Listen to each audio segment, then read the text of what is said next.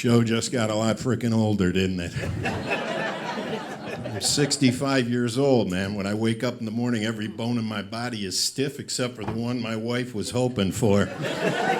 Sometimes I gotta go running for the shelter of Daddy's little helpers. That's right, I'm on drugs.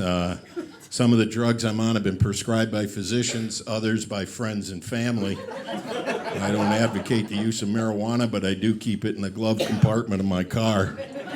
You don't want me getting glaucoma while I'm driving, do you? Safety first, that's my motto. It's tough to get old, man. I'm getting old. I'm getting phone calls I don't want. I've been getting phone calls from the Medicare helpline. Worst part is they're not looking for me, looking for a guy named Stan. Every couple days, get a phone call. Is Stan there? I'm like, nope. A few days later, call again. Is Stan there? No! Finally, a couple weeks ago, I snapped. They called again. Is Stan there? I said, I got bad news. What's that? I said, Stan's dead. They go, what happened? I go, I killed him. Because he gave out my phone number to the Medicare helpline. It's been a bad year for me, man. I failed to repay my reverse mortgage, and now Tom Selleck is living in my garage. Yeah, it's tough. I'm an old guy. I'm not ready for what goes on in these comedy clubs. I was doing a show a couple years ago. It was a hot night. It was a young chick sitting right up close to the stage in a short dress. 10 minutes into my show, I glanced at her. She had pulled up her dress. She was flashing me. Yep, she wasn't wearing panties or nothing. Now, I don't care if the carpeting matches the drapes, but I was not expecting a bare floor. It's okay. After the show, I was able to talk her into some hardwood, so you don't often get a flooring joke at a comedy show, do you? She must have had carpeting at one point because she still had that tack board around the edge. Ouch, that'll leave a mark. Yeah, man, oh man, tough, man. I've been married a while. I've been married for 42 years. Yeah, thank you. People ask me what I attribute the longevity of my marriage to. It's simple. My wife's been in a coma for 19 years. You don't feel sorry for me. Our sex life is better than ever. Well, she doesn't say no anymore. She just kind of gurgles. All right. Shut up. Every few weeks I go over that place and I flip her over. So my wife is not in a coma. My wife could kick my ass any day of the week. She delivered 4 boys, all of them naturally, all of them over 9 pounds. My youngest son, Matt, was 11 pounds, 1 ounce. Kid came out of the womb, he was smoking a cigarette. Got a job right there in the hospital on the maintenance crew. She's tough, man. She went out and got a tattoo. I said, honey, did it hurt? She said, no, I'm used to little pricks. Ouch, that hurt. So, yeah, man. So I got sons. I got 4 sons. They're growed up. And now I have a warning for you parents out there. There was a time in America when you would raise children and they would leave. I got a 28-year-old living in my house. He doesn't take a hint worth of shit either, I'll tell you. I left his clothing and his furniture out on the lawn. I sent him a text message. See ya. Still there, can't get rid of him. Worst part, he's an adult. He doesn't have to ask permission. He just does stuff. I was gone for a couple months doing stand-up. I come home, he's suddenly into body piercing. Come home, he's got a hoop through his lower lip. He's like, what do you think? I said, I think you look like a trout. That's what I think. And apparently this was the look he was going for. I went away for a few more weeks. I come back now, he's got a 6 hoops through his lower lip, got a 6 hoops in his nostril, got an uncountable number of hoops in his ear. He's like, what do you think? I said, I think somebody beat the shit out of you with a spiral notebook. That's what I think. Some student beat your ass. What the hell is wrong with you? My oldest son, Paul, moved out finally. He lives in Vegas. I said, why'd you go to Vegas? He goes, I want to meet a girl. I said, for how long? 20 minutes? I said, because you got to be careful meeting women in Vegas. Some of them are running away from things, like a penis. You got to be careful. You check under the hood. The last time I saw him, his arms were covered with colorful tattoos. He says, what did you think? I says, it looks like your arms were made out of silly putty and you rolled in the Sunday funnies.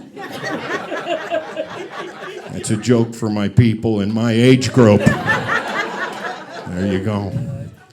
Yeah, I've been married a long time. My wife is going through the change of life, which is tough.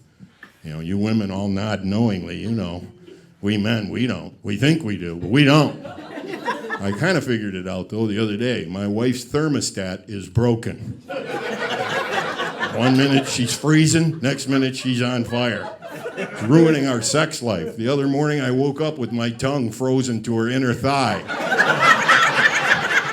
I was that close and the weather changed. I was praying for global warming. I was hoping something was going to shake it up, that's for sure. Absolutely. Oh, man. So, yeah, having kids, man. Tricky today, man. We're worried about our kids, man.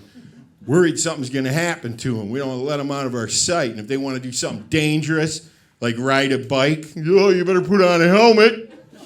When I was a kid, and you saw another kid riding a bike and he had a helmet on, it meant he'd already been in a serious accident.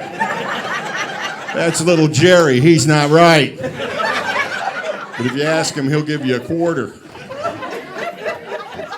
Life was dangerous when I was a kid. How about you guys? How many people besides me in this room ever took a ride down a flight of stairs in a clothes basket? There you go. And by this another show of same people, how many of those same people had an older brother?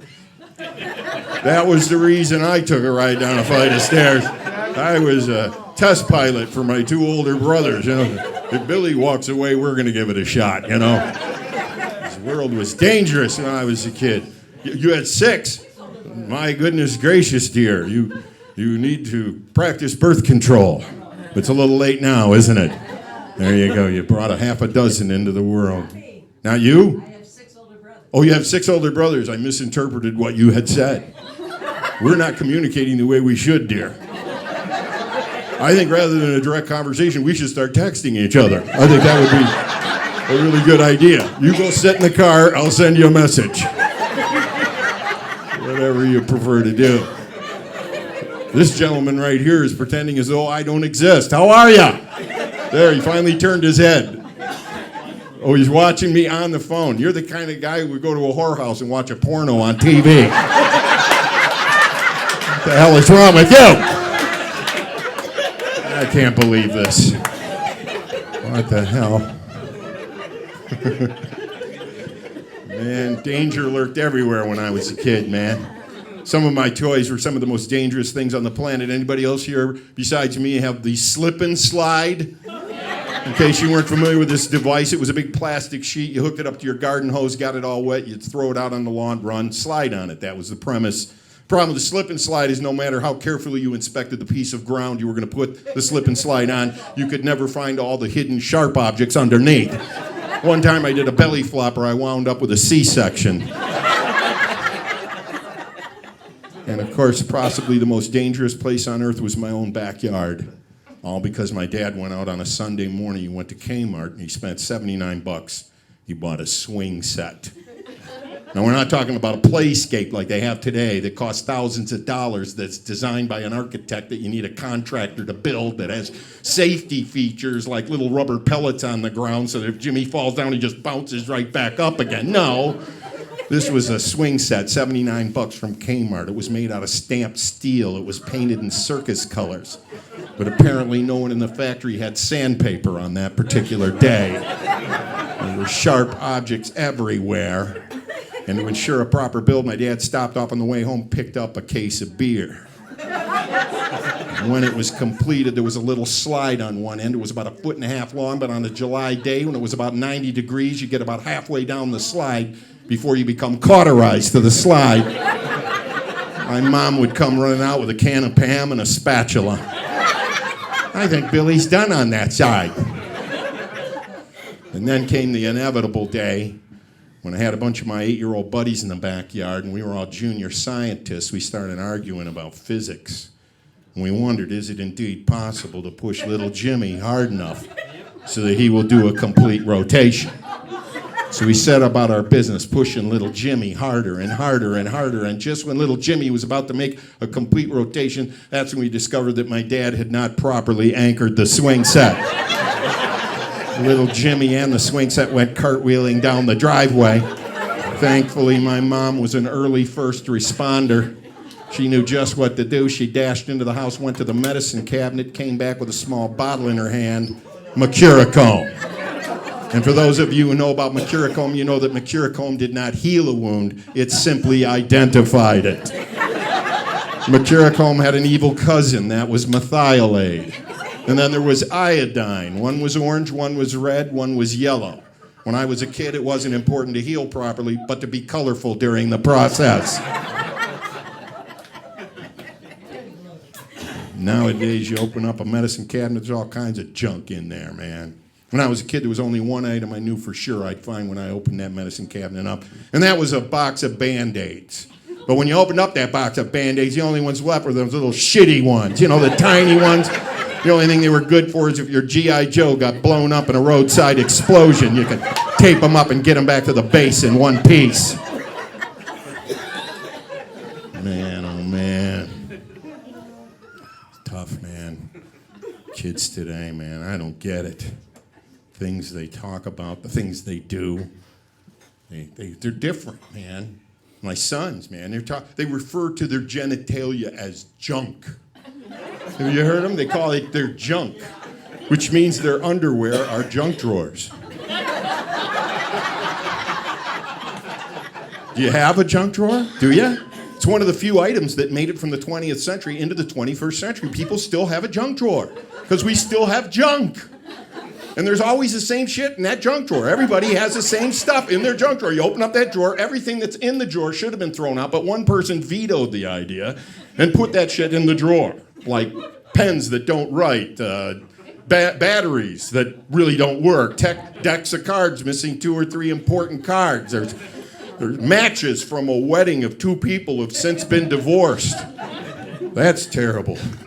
The matches outlasted their marriage. My junk drawer's got a master lock in it that I forgot the combination to about 6 years ago. When if I fall down and bump my head, I might remember this combination. It's going in the drawer. That's right, it's going in the drawer. Yeah, weird world we live in. Here's a question for you. If a transsexual has a baby, will they become transparent?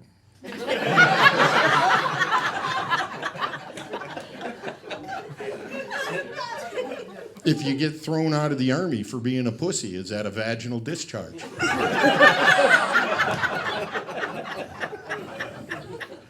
I don't know the answer to all these questions, but I'll ask them just the same. My son Tom, he's still at home. We were watching a special documentary on the Statue of Liberty. Everybody knows it was a gift from France, but did you know it arrived in America in 325 pieces? My son Tom goes, that's some IKEA bullshit making us put it together. That's for sure, man. Man, the world has changed, not necessarily for the better, man. When I was a kid, things were different. Everybody in this room's got a phone, man. When I was a kid, there was one phone, permanently attached to the wall. High enough so small children couldn't get access to it. The one thing, though, my mom had to have was the longest curly cord known to man. It would stretch to Central Europe if necessary. Because my mom was a multitasker. She'd put that phone in the crook of her neck. She'd be standing at the kitchen sink peeling potatoes. She'd be cooking something on the stove. Then she'd be mopping the floor. Then she'd be down in the basement doing a load of laundry. Then she'd be up in the attic sorting through old pictures, all the while having a phone conversation with my Aunt Virginia. My Aunt Virginia, who lived where? Right across the freaking driveway. Right there. Wait, Virg, we see ya. Oh, put some clothes on. Nobody wants to see that. She looks like she's got Snoop Dogg and a scissor lock, for God's sakes. That's right, sir. That was a 70s bush we're talking about right there. These kids today have no idea about the 70s bush. You needed a Sherpa guide and a machete to get through it. I got friends that never made it back. Tricky. Tricky. Man, oh man. Anybody here hit a deer? There's a segue for you. Well, driving here, I started thinking about it. You know, I'm driving through the heartland of Ohio here, and I'm sure there are deer. This is the thing. I've totaled 2 cars hitting deer, and a lot of people I know have had accidents with deer, and that's why I don't think they're accidents at all. I think we grossly underestimate the level of depression in our little woodland creatures. Imagine that night after night, you go home to the woods, it's cold, it's damp, you don't even have basic cable. One day you just snap. That's it, Eunice, I'm going out to the highway. And what do these little creatures think when they see these little memorials that we've been constructing along the roadside? Now, I hope you haven't lost a loved one that way or marked a place, but isn't that frightening? To me, it's frightening because this trend could spread. What if we start marking wherever a loved one meets their maker? What if you two are out for an evening of romance? You check into the Motel 6, and he walks into the bathroom. There's a big burial wreath in the tub. Shit, honey, I think I'll just wipe down with a washcloth. We'll call it a night. Absolutely. Nice. You guys are a lovely group of individuals. I'm glad that you showed up here. Otherwise, I'd be talking to myself, which I often do. But yeah, it's great to be here.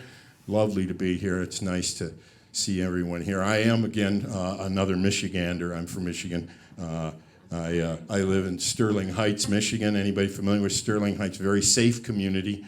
We have a 1-to-1 cop-to-resident ratio. Very safe.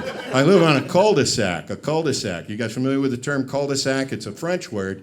Sounds like what a French guy might say if he was out in the winter without his pants on. I have a cul-de-sac. I should go put on some pants, but I'm too lazy, huh? So I live on a cul-de-sac, and I've lived there for 30 years since the day I moved into this very day. I have a lovely neighbor on my right, Bob Barletta, great guy, 86 years old, has every tool known to man, great neighbor. On my left, when I moved in, was a guy named Bob McKnight, but about 10 years ago, he sold his house to a guy named Bob Gellahan. Across the court from me is a guy named Bob Collinger. His oldest son lives with him. Guess what his son's name is? Bob. And then I've got a couple of neighbors on the corner there, Ann and Daryl. Yeah. And the other day, a guy pulled in the court and he rolled down the window. He goes, "Hey, you know anybody who lives here?" And I said, Bob Aran. That's a Beach Boys joke, sir. Okay, just want you to be sure we all know. So, well, I've had a lot of fun with you people. I'll have to leave you with a little bit of a message here, and that is this. I see people are drinking adult beverages, and some of you people pop out once in a while for a smoke, and, you know, people have all these different little vices, you know, and you hear people, you know, whining and, you know, about having addictions. And addiction is part of the human condition, actually, as far as I'm concerned. It's you know, think about it. There's so many things humans can be addicted to that it's a miracle if you're not. That's why, and I don't know if you would agree with this, but I think like 75% of the human population on Earth has at least one addiction, right? Therefore, the people who don't have any addictions, they're the weird sons of bitches, okay? So don't be telling me what I should be doing, okay? But here's the trick. It's not about the addiction. It's about controlling it, and that's where moderation is the key. Have you ever heard that? Moderation is the key. That's how you make it through life. And I've done shows where there have been young 20-somethings in the audience, and they'll shake their head at me like, "Oh, no, man, no." You know, and they're like balls to the wall, man. I'm going out tonight, and I don't need to just drink a six-pack. I'll drink a case of beer, and I'll snort a line of Coke off a hooker's ass. I don't care.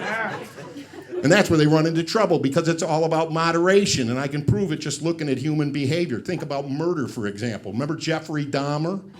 He murdered like 20 or 30 people, and he ate a bunch of them. You know what happened to Jeff Dahmer? He was murdered in prison. O.J. Simpson stopped at 2 and walked away. Moderation is the key. I thank you all so much for sharing a couple minutes. How about that? Well, hey, Billy Ray, Yes, sir. Thank you for doing the show tonight. Hilarious stuff. Thanks. Your website, of course, is BillyRayBauer.com. Do you have any gigs coming up you'd like? Isn't that a coincidence that you found that available? It's a coincidence that my website would share the name that I also have. Isn't that something? I did that on purpose. Well, that's very clever. Yeah, I got gigs coming up. I'll be in a place called Lake City tomorrow, Michigan. You know, a town called Lake City could be anywhere because we have lakes everywhere. Yeah. In fact, Winter our Water potholes Wonderland become lakes. Did you know that? See, these people from Ohio get mad at our roads because they're all messed up with potholes. We won't fix them. We let them fill up with water. We turn them into a recreation area. So, there you have it. I'll be in Lake City, Michigan, which is way up in the middle. Let's get out the Michigan map and show people where we're from. I'm going up there. Okay? Right up there. It's a little sweaty up there, but you know, it's all right.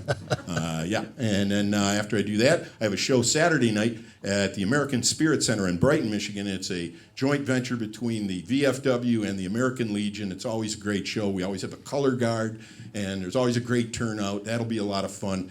The week after, I'll be in Battle Creek, Michigan, or more accurately, Springfield, which is a suburb of the sprawling metropolis of Battle Creek. And then, you know, and here I am here in Wauseon, which will lead you, after the show, you'll be able to incorporate, when you're talking about me, you'll be able to incorporate your city's name. You'll say, Wauseon Drugs? Okay.